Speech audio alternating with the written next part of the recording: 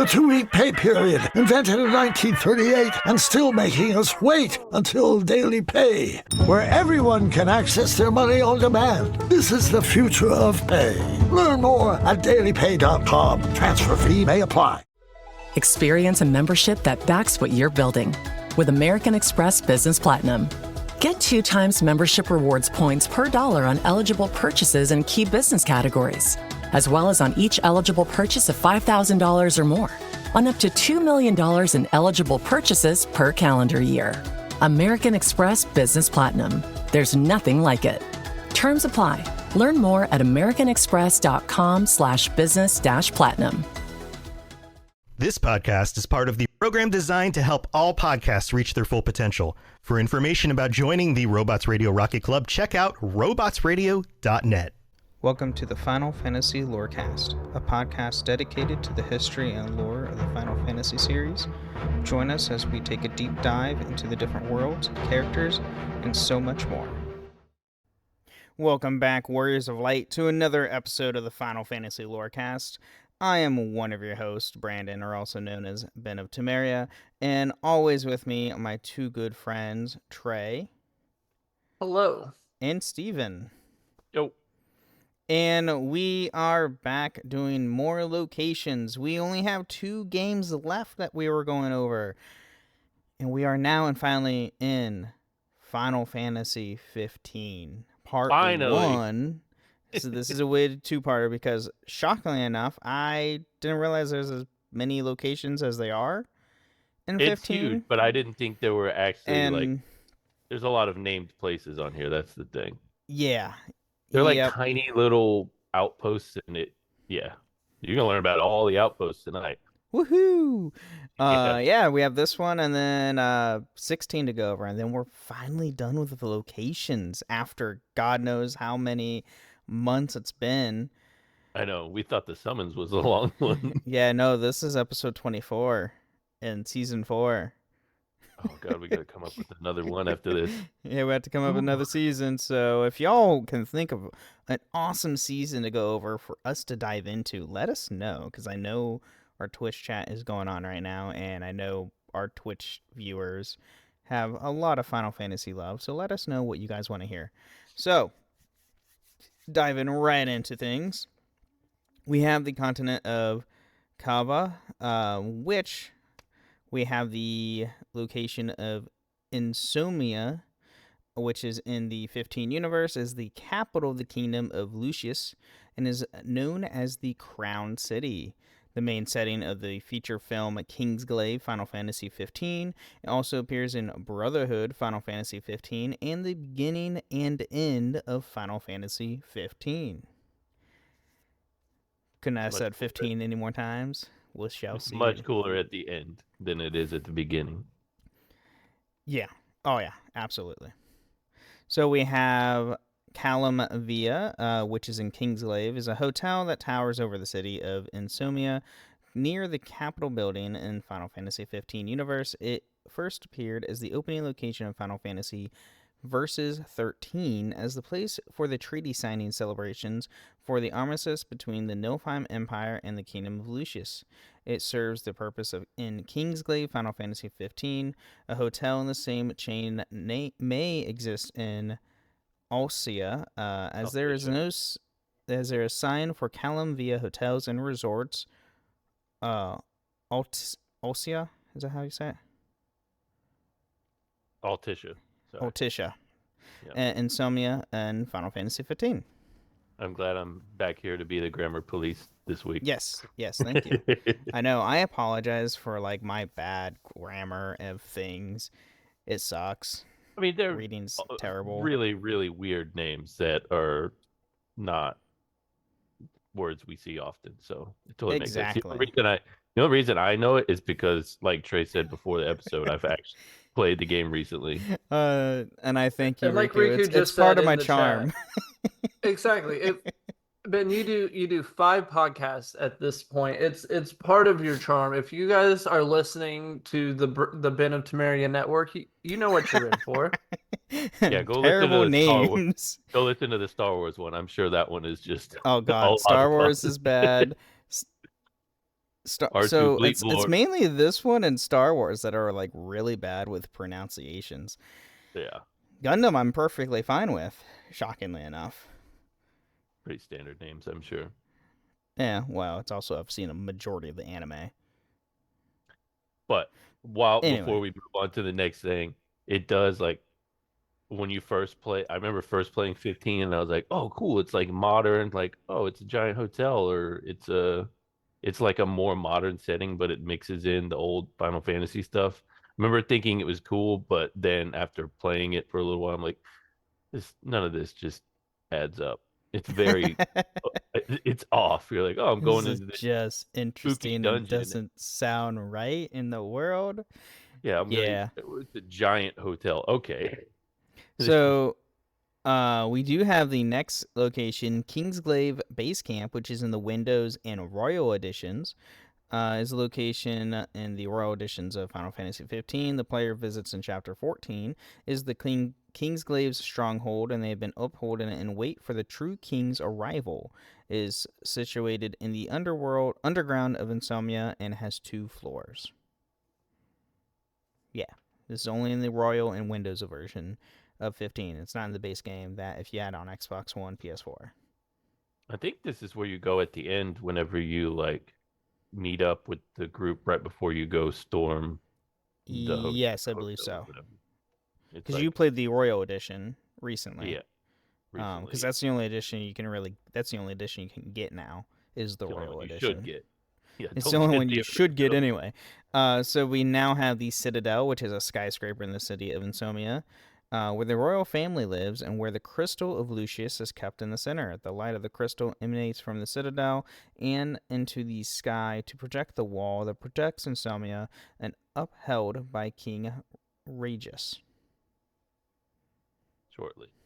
Shortly, yeah. It's not there long. The Hall of History is the room preceding to the throne room of the Citadel. That appears in both in Final Fantasy 15 and Kingsglaive. The area is named on a plaque at the reception area of the Citadel. Yeah, that's it for the Hall of History, which kind of blatantly tells you it shows the history of the kingdom. Yeah, pretty self-explanatory. Yeah, and the royal family. Moving on, we have Lead, which we have the Bolov Mines, which is a dungeon in the Lead region, and 15 is multi-tiered mine where the player can take an elevator and travel between the 4 floors. It is on the way to Golden Quarry, where the rest of Lead, and there is a parking spot outside the mines. Yes. Because you have a car. You have a car, and there's random parking spots everywhere. Yeah. You just pull off to the side of the road, do a little sightseeing. It's literally like going on vacation. You're like, oh, look, let me just pull over here and get a picture of this view. It is a beautiful game. Yeah, it's gorgeous. They made the choice to explain fast travel. So at least they did that in this game. True. That is true. That's very true. I appreciate that. After you push a car for 5 minutes straight right at the beginning of the game. And listen to Florence and the Machine. Yeah. I love that intro. Do you really? I thought it set the perfect tone for the game. It's you and your boys, you're out on an adventure, and like you're just I thought it set the tone perfect for the game. As much as I dislike playing 15, I get super hyped every time I start it. Okay. I haven't touched it in a while, so that's something I need to get into again. But you get a reward of who fixes the car. True.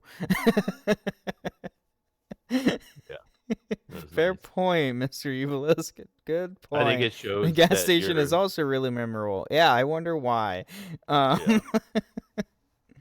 Anyway, we now have Crestholm Channels, which is a network of sewers.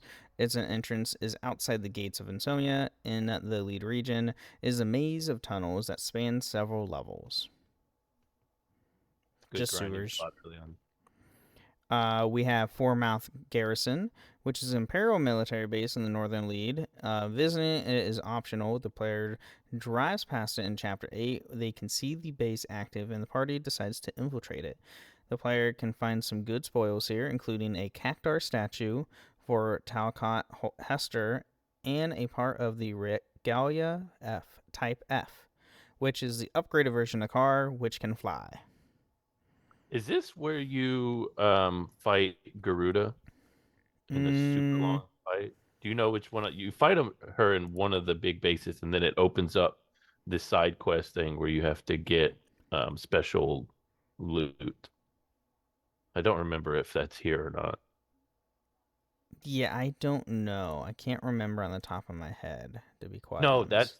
that's the 14 crossover. Oh. That's what I was thinking of. No, I don't know because I never did the 14 crossover in 15. It was neat. So, now we have the. Oh, you have something, Trey? Oh, it looks like it says it was in the Perpetuous Keep. Sure. Sure. Yeah, that's the Cothies Rest area. Okay. So now we have the Galden Quarry, which is a resort area close to the lead region. Is a former fishing village in Niflheim trading port that had a lot of Altician Yeah, you got it. Altician influence due to being the direct route to Orcordio. Palm trees, bungalows, and the Sigillian Ocean surround the area. So it is Golden Key. I know it's spelled stupidly, but Golden Key. Yeah, it's basically the Costa del Sol of 15. Oh, okay. Yeah. Oh, yeah. I remember this place. This is the main first place you go to where you can actually fish. Yes. Yeah, because Noctis loves fishing. And you can feed the cat. And you can feed the cat too. And you can stay in the super overpriced hotel. Yes, that is also true. And yes, Purple Archer, there was an Assassin's Creed crossover as well with Assassin's Creed Origins. Yes, it was very random. The crossovers they did in 15 made no sense. Honestly, it didn't make any sense why they did Assassin's Creed crossover. 14 makes perfect sense. Assassin's Creed? What? Yeah, and I didn't even care for the rewards either. I mean, you get them automatically from getting the Royal Edition. Right. Yeah, that's true. I mean, you get an assassin's outfit. Cool. Yeah. That's about it. So Hammerhead is a gas station and a repair shop in the lead region.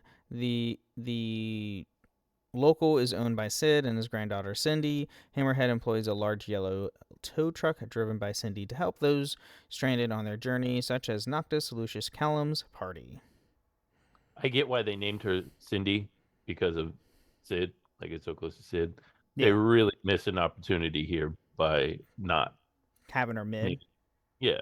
This absolutely. They should have called her mid. Exactly. Even stupid 16 named her mid. Yeah. Oh, absolutely. Yeah. I mean, heck, there's a mid in 14 for crying out loud. There's. I don't know why they just didn't call Cindy mid. They should have. It was a missed opportunity. Yeah. But I think they should have called her Sydney. Or that, yeah. If or they're that gonna be too, I guess. on the nose with it, yeah. Spell it like Australia, True, yeah. And that's an actual name too. I've no because you said mid is in 14, mid is in 16. So if you're wanting to avoid using the mid name, I definitely would have went with Sydney. No, mid is also in. Is it 4 or 5? I forget which one. Yeah, I can't remember. For the after years, he's also in 5. Paging Box Girl. We need to know which one mid is in. Mid is the grandson of Sid in Final Fantasy V. This is the original Mid character in the Final Fantasy series. I thought it was granddaughter. So it's a grandson. Box Girl says 5. No, it looks like a boy. So now we have the Key Catrick, which is a former former town in northern Lead is used to be a prosperous town where the rich people lived, but after the wall was scaled back at the culmination of the Great War, it was destroyed by Niflheim and overrun by demons. The refugees from the town first fled to the Hunters' Prairie outpost, and when the camp was full, it became apparent return to Catrich was impossible due to the demons. The people scattered about the Lucian outlands. I think I know what this area is. Pretty sure it's one of the first ones you go to. Yeah. In the original Japanese 15, her name is Sydney. Oh, that warms my heart. Okay, so they at least they did it right in the the Japanese version. They tend to do that. And they leave us Westerners out. It's okay. It happens a lot. Now we have the Longwythe Rest Area, which is an outpost in the Longwythe area of Lead in Lucius. It is a motel, crow's nest diner, shops, a rent-a-bird, and petrol station. It is in the vicinity of Longwish Peak, a particularly shaped crag, which Prompto sometimes offers to photograph when the player drives past it. It's a pretty cool spot. It is. And, the best thing is you get to rent a chocobo. That's the best thing about this area. You get to rent a chocobo. Yeah. As much as Steven hates chocobos, chocobos are great. They come in handy in this game because, God almighty, is there a lot of walking if you're not in the car? Yeah, right. Oh my God, yes. It's freaking dreadful. So now we have the Nordusinian blockade, which is an imperial blockade that bars travel between Lead and Dusa? Can't help you with that one. Okay. It is visited in Chapter 2 as part of the main quest, and in Chapter 8 as part of the quest from Sydney for the remodeling the Regalia into the Regalia Type D. So. I think that's the off-road one, right? I believe so. Yeah. Yeah, you have I believe Type D is the off-road, Type F is the flight. So. I never even got the flight one. I didn't either. I spent enough time in that game as is. Right. And then Boxroll says Prompto's Chocobo songs are awesome. Yeah, it's fun the first time you hear it, not the 8,000th time. Oh, boo. Now we have the Prairie Outpost, which is a hunter outpost in the northern Lead near the Key Catrick ruins. It is the haven and cavern for overnight stay, as well as shops, but has no restaurant. The outpost is not a permanent settlement and is inhabited by hunters and their various equipment. Yeah. It's just an old rundown area. It looks like the slums from 7. Yeah. Yep, I do remember that. And then we have the Three Valleys, which is a location in the middle of Lead. It is an arid area that has animal skeletons, and the weather commonly changes into a sandstorm while here. Is remains of ruined buildings and infrastructure around. By the time of the game, the area is abandoned and populated by wildlife. The player can explore to find treasures, procurement points, and mineral deposits. The player meets David Burnbury in an abandoned building in the area in Chapter 1, which is post-game hosts a new recipe for Ignis. Because food. Yes. Because Ignis loves to cook. That's one of my favorite things about this game is that it has such shameless plugs for stuff. It's like Coleman. It literally has Coleman gear, the camping gear. Yeah. I love it so much. Oh gosh, the shamelessness of it all. If you say something about chocobos, it better be good. It better be a good comment about chocobos. The ramen hat. Oh yeah, I forgot. You do get a ramen hat in there. Oh, the bucket. No, Mr. Evilus, we will not be talking about how there's recipes for chocobos. That is evil, like in your name. No, just no. Anyway, with that being said, we are going to take a mid-break. Think of all of our amazing patrons, so we will be right back.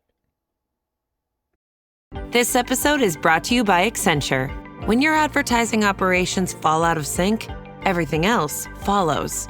Spotify and Accenture are working together to reinvent the rhythm of ad sales, using automation, analytics, and smarter workflows to simplify campaign delivery and access better data across the business. The result? Less time spent on operations, more time connecting brands with the moments and fandoms that matter most. Learn more at accenture.com/Spotify. When you need to build up your team to handle the growing chaos at work, use Indeed Sponsored Jobs. It gives your job post the boost it needs to be seen and helps reach people with the right skills, certifications, and more. Spend less time searching and more time actually interviewing candidates who check all your boxes. Listeners of this show will get a $75 sponsored job credit at Indeed.com/podcast. That's Indeed.com/podcast. Terms and conditions apply. Need a hiring hero? This is a job for Indeed Sponsored Jobs.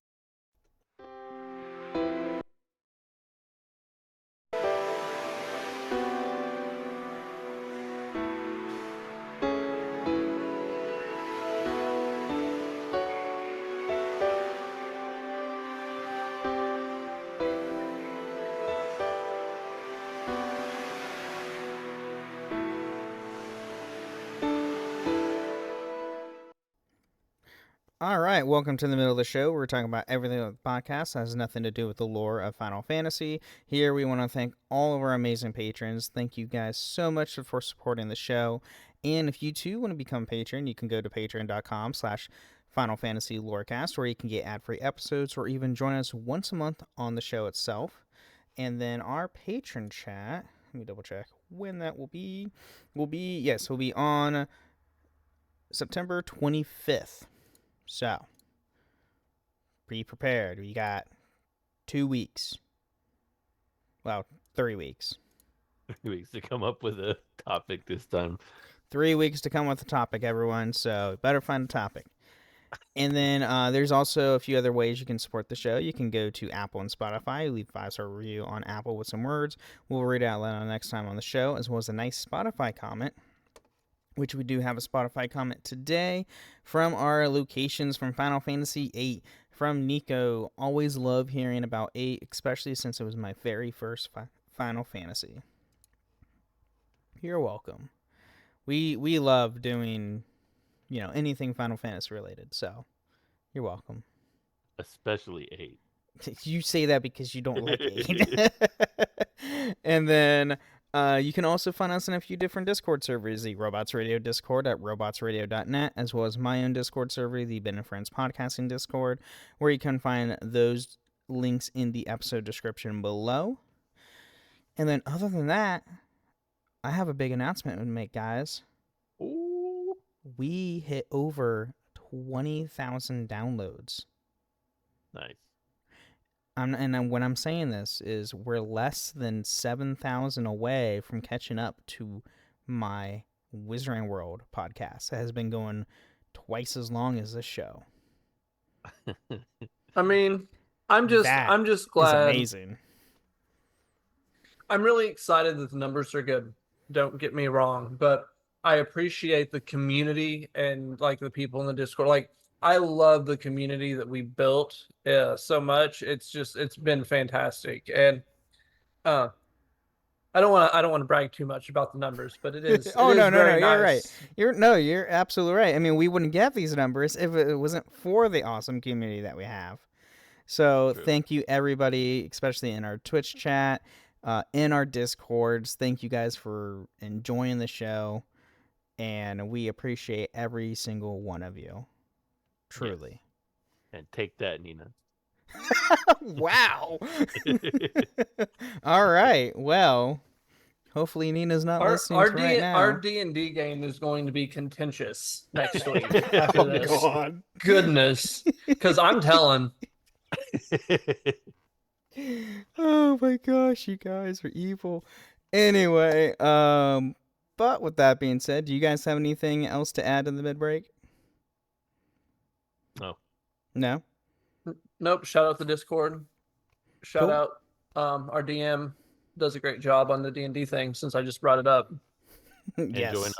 join our free company. Eventually, Yes. me and Trey will take over as co-masters of the. Whoa. Hang on. I hop on, okay? Are you going to be Zorn or Thorn? Because I'm Oh. happy to be either. I like that. Oh, gosh. Well, with that being said, let's get back into more locations from 15.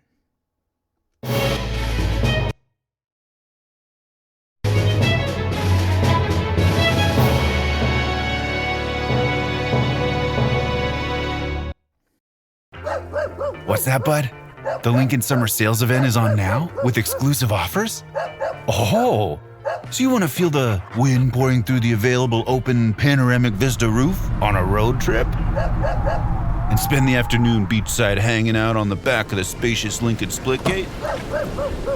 Okay, I'll schedule a Lincoln test drive today, right before your vet appointment. Visit your local Lincoln retailer or learn more at Lincoln.com. This summer, say I do. I am marrying a stranger. Like never before. Am I crazy? It's a whole new Married at First Sight on Peacock. Thank God I woke up in love. With new experts. My name is Dr. Lisa. My name is Paul Brunson. More couples. This could be the start of a very successful marriage. And more surprises. Or maybe not. Everything is just not enough. You're a little bit crazy. I don't know what's gonna happen. I want my fairy tale ending. Married at First Sight, now streaming. New episodes Thursdays, only on Peacock. All right, we're back, and now we are in Duscae. It's Duscae. I don't remember hearing this pronounced. I don't think they ever say the continent names. I don't think they do. Like in the 14 episode, you're like, I've never heard these names before. It's like, that's how I feel about this. Like, yeah, well, like 14's mainly like dialogue reading and text-based reading rather than vocal. Sure. So it's a half. It's not even half and half. It's like 75% text-based dialogue and then 25% actual voice dialogue. True. What's our time this week? What did we make it? 30 whole minutes? We did. We made it all the way past the mid-break. We did. Oh my God, we did. Holy crap. Celebrate that, everybody. Now we have the Arca. Would Steven have been the first one to bring it up with the free company? Oh, he did. And we just missed it? Ooh, he did. It's true.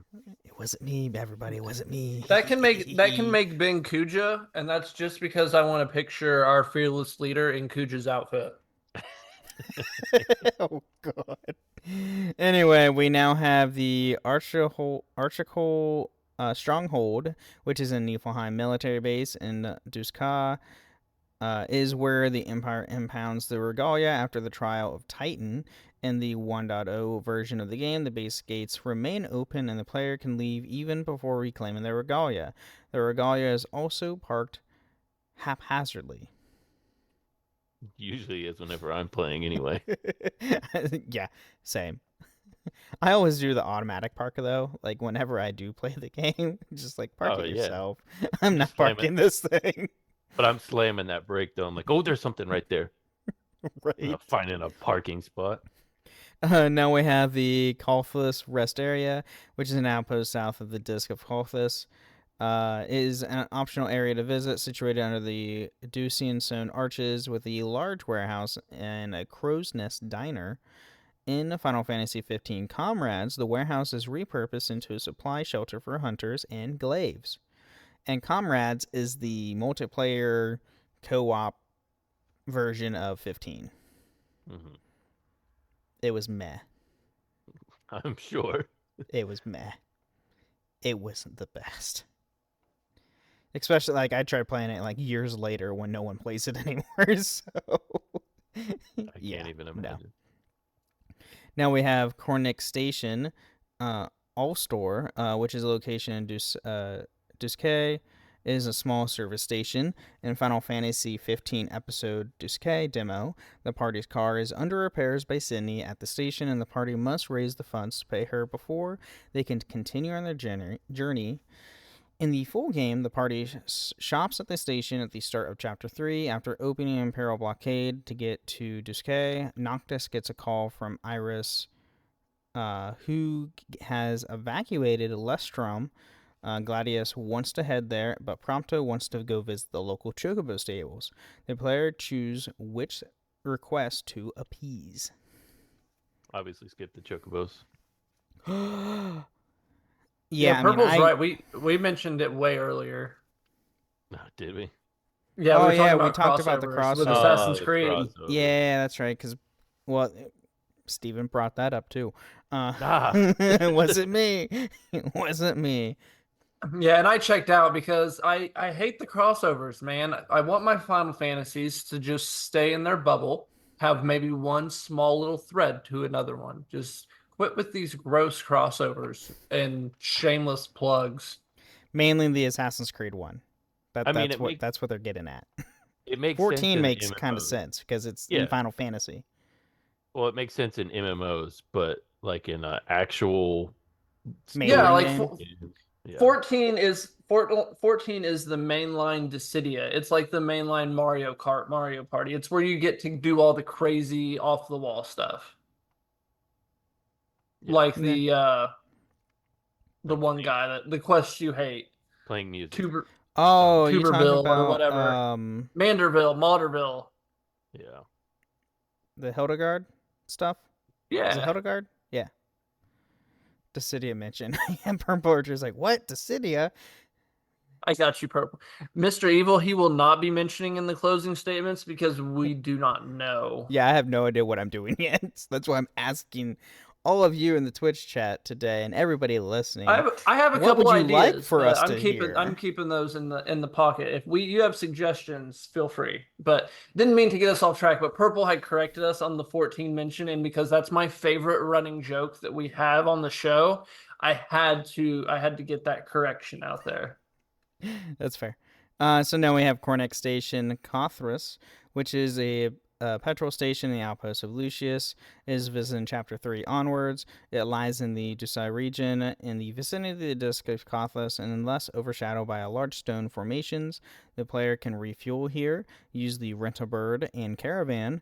In Chapter 4, Arden requires Noctis and his royal... royal what? Help me out here, guys. Huh? Retinue. Sorry. His band of boy band. His boy band. Yeah. To have a brief layover at Cortha Station before bringing them over to the Disk of Cothas to meet Titan, much to their chagrin, with the Arden in particular insisting that he pay for accommodations for the group's stay over camping. This is a cool area. Yeah, this is the first area that I can remember renting a chocobo because it does help out in this area.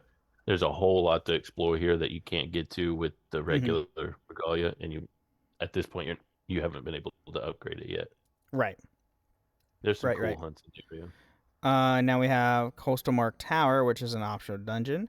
It's located in Fall Grove in southern Lucius in this freaking continent. The player must defeat the boss at the end to acquire a royal arm. Entering the dungeon is required to complete Dino's final side quest, or Dino's final side quest, a treasure beyond measure. And a royal arm is just, another weapon for Noctis to use because Noctis becomes overpowered. They're always useless too. Terrible weapons. We have Droll Caverns, which is an optional dungeon in the southern Duska. Bleh. Reading. The recommended level for the quest is 28, but is based on the dungeon's boss level. Some enemies are much tougher, but it's possible to run past some of them. It must be wise to wait until you're past level 40. Yeah. Don't do this one until you're level 40 or 50. There's a lot of that. Like the mines that we mentioned right at the top is like one of the first things that you pass by out of the gas station. It's like, oh, this would be fun to go in. Look at this little area. Immediately get wiped out. Yeah. It's terrible. Whack. Nope. Not a good thing to do. Now we have the Disk of Cothas, which is a meteorite impact site In the Duskar region is glowing crystal formations in the middle. The energy from the still active crystals is used by the Exorus Industries Power Company in Lestria. Is providing the entire region with electricity, although they are said to use smaller shards that were scattered around the region rather than the crystal and the Disk of Kothis. I thought it was heat-based, like it was... I guess I was wrong. Apparently it's electricity. Right. So, woohoo. Now, oh god, what is this one? The Fokal Hollow, which is a cave in Duskar, and the episode Duskar demo, where is known as the Fokal Cavern, one of the Omegar swords, Galatine, and the Astral Ramu can be found inside. The cave is in the southeast of the Duskar map, near a campground.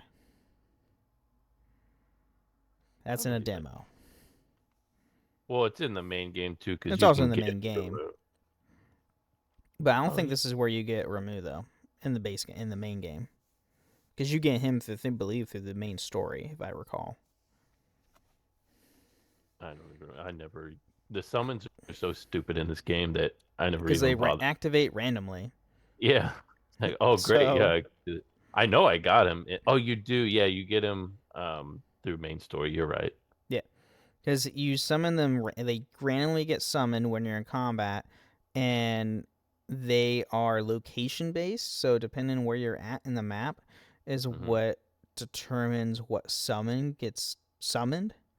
So Titan and Ramu are the most common. If you're near water, then you can summon Leviathan, but that's only if you're near the water. And there's not that much water. And there's not much water. Yeah, which is kind of sad. It's almost always removed from me. Yeah, that's a Ramu or Titan whenever I played. Yeah. So now we have the Nebula Wood, which is in the part of Duskar, and episode Duskar, Noctis and his friends enter the Nebula Wood to pursue the behemoth Deadeye to complete the bounty on the beast. That part is cool. And the behemoth is freaking massive. Yeah. I mean, he's really easy to beat, but yeah. Yeah. It's just tracking him down is a pain. Yes. Now we have the Perpetuous Keep, which is in Peril Bay Southwest in the Kothis Rest area, and Duskar is initially invisible and is quite small, though there are some items outside it. The location may be related Omega, as the author of the O Files appeared to be someone from a unit called the Protectress Troop, who worked as a researcher for Niflheim. Bum bum bum. Yeah, Omega. Sure.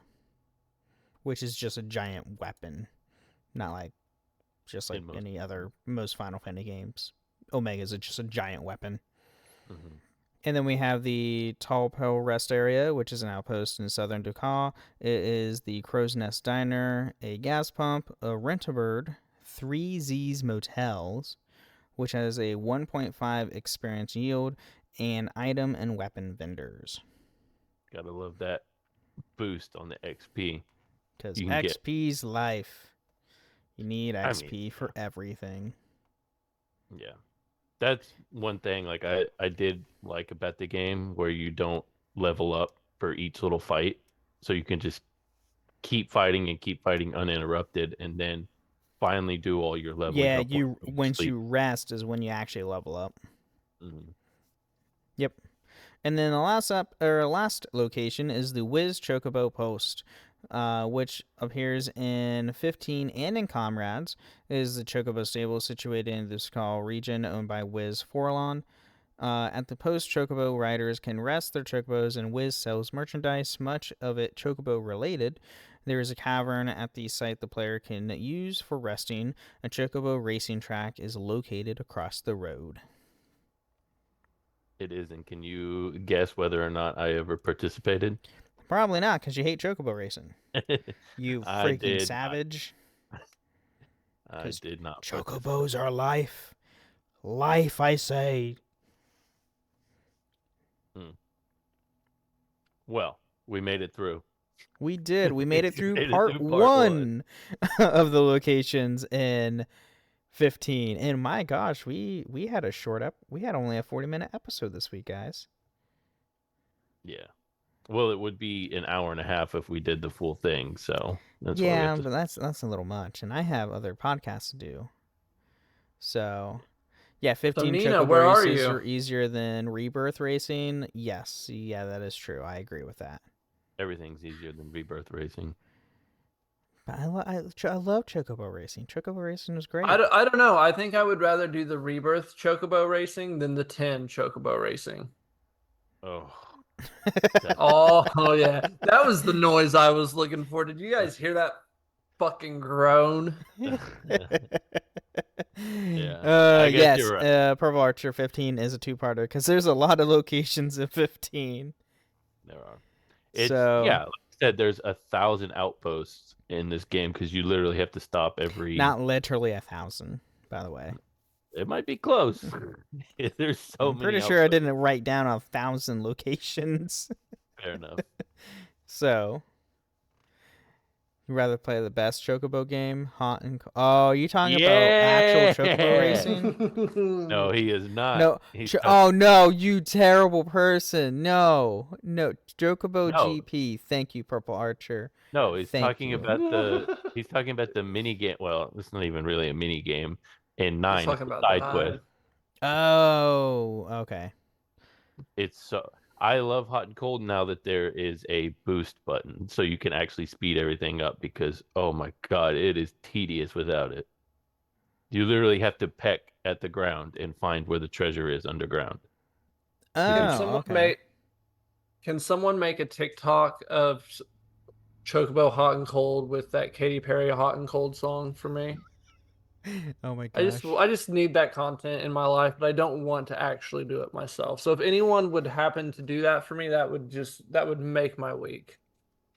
All right. And put it in the Discord, which is free to join. So everyone should come and chat with us and be on the lookout for the Chocobo Katy Perry crossover that's definitely coming, because if someone else doesn't do it, I will eventually do it myself. I'll Thanos that. Oh my gosh. All right. Well, with that being said, that's all I have for today's episode. Do you guys have anything else to add before we end the show? No, not this week. Can't wait to finish up 15 next week. And then we move on to the Game of Thrones. Because then you can get to 16, and that's why you're excited. You're excited to get to 16? Oh, it's going to be 4 weeks in a row of me shredding games. Enjoy, everybody. I'm about to be King Salty over here for the next 3 weeks after today. Oh, my name might be New Ben. You need to change your name to Edward Scissorhands for the next couple. All right. Well, that being said, everybody, thank you for listening to the Final Fantasy podcast, Lorecast podcast. You know the drill. Thank you all for listening, and may the crystals guide you. Thank you for listening to the podcast. You can find us on the Robots Radio Discord at robotsradio.net. You can find us on Twitter at FFLorecast, and you can email us at fflorecast@gmail.com.